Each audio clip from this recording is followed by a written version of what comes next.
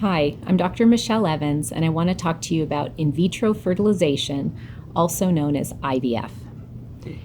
IVF is fertilization outside of the body. IVF is a process where eggs and sperm are put together in the lab to create embryos. I want to take you through the process from start to finish. Before starting IVF, you would have a consultation with your doctor, preliminary testing done, which would include egg supply testing, sperm testing, and mandatory lab work. Once this is completed, an IVF cycle can start. There are many different IVF protocols, and these will depend on a person's egg supply, fertility history, and age. So a protocol will be decided for you after having a consultation with your doctor and figuring out the best type of approach. And then the IVF cycle begins with the first day of a menstrual cycle. If somebody does not have a menstrual cycle, we can induce a menstrual cycle to start IVF. The goal of IVF is to grow the group of available eggs that are on the ovaries during that menstrual cycle. So every month, there's a group of eggs that's available. Naturally, only one egg grows from that group during a normal menstrual cycle. With IVF, our goal is to grow the entire group. This gives us a higher chance of pregnancy. We grow this group using hormones. The hormone combinations and doses will be dependent on a person's history. The hormones that are used are injectable hormones, and they will be needed to be used daily for about 8 to 10 days on average. While these injections are given, you will come in for about 3 or 4 ultrasound visits during that 8 to 10 day period of time. And during these visits, you'll meet with your doctor, you'll be able to see the eggs that are growing on the ovaries and have discussions about next steps.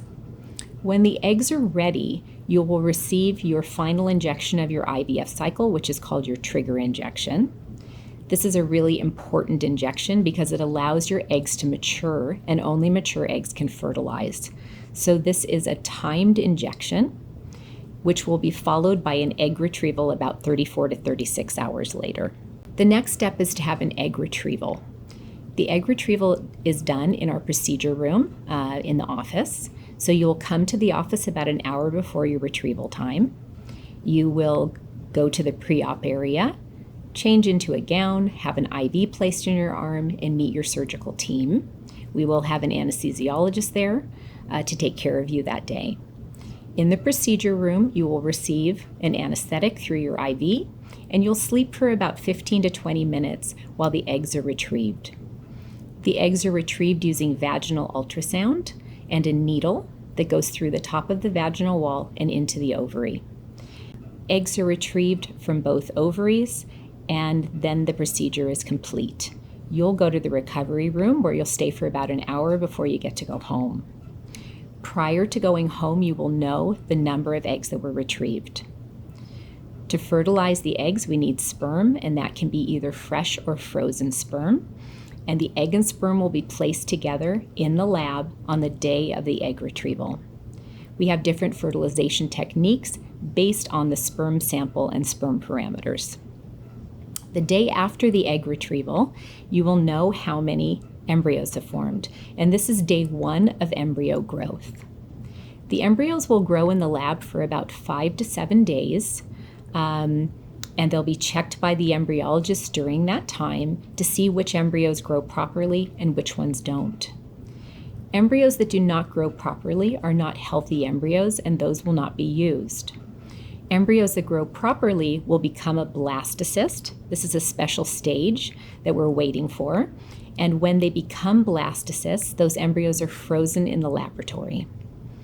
If you want to do genetic testing of embryos, we can do that by taking a small biopsy from each blastocyst prior to freezing it.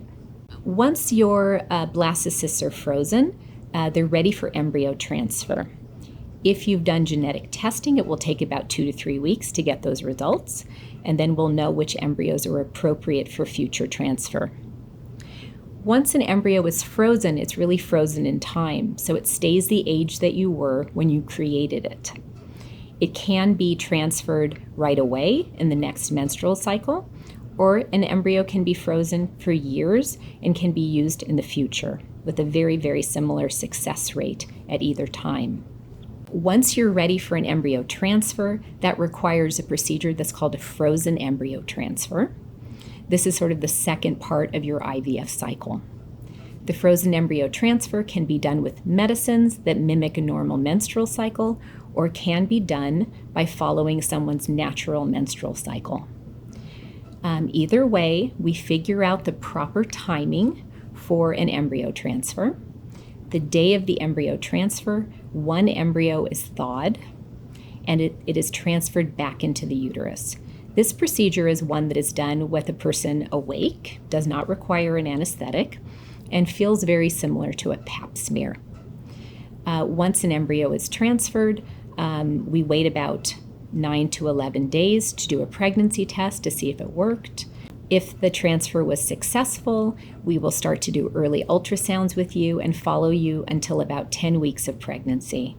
After that point, you'll transition your care to your obstetrician and complete your prenatal care with them.